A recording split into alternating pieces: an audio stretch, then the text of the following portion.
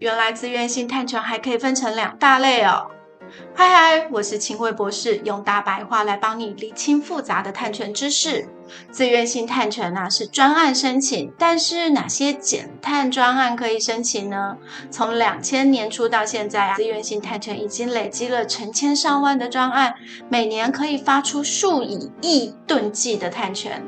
即使到现在，每年也是有越来越多的碳权专案，种类和花样也越来越多。而这些碳权专案主要大概分为碳汇和减碳2大块。碳汇有人工也有自然的，但是减碳就全部都是人工的啦。碳汇 carbon sink 其实白话文的意思就是碳的储存库，实际上呢就是把大气中的碳吸收储存起来的一个空间。而大自然中呢本来就有很多这种空间，例如海洋，例如地层，例如土壤，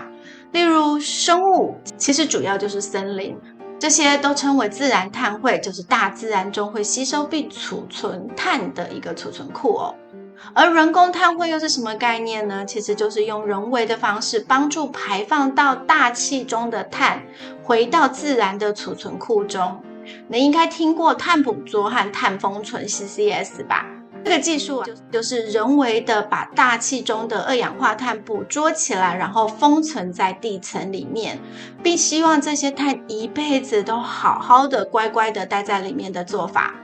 而减碳呢，这字面上也比较好理解，就是你本来要排放100的，现在因为引进了低碳技术，或是增加能源效率，或者是利用再生能源等等的努力，排放呢少到70，那中间差额的30呢，你也可以拿来申请碳权。这部分100%都是人工的，而且其实是蛮有争议的，因为人工减碳实际上并没有真正减少大气中的二氧化碳它只是把伤害稍微降低而已。所以通常呢，也就只有对政策有鼓励的减碳项目才会允许可以申请。而且人工减碳碳权的市场价格也会随着这个技术越来越成熟而出现崩盘的情况哦。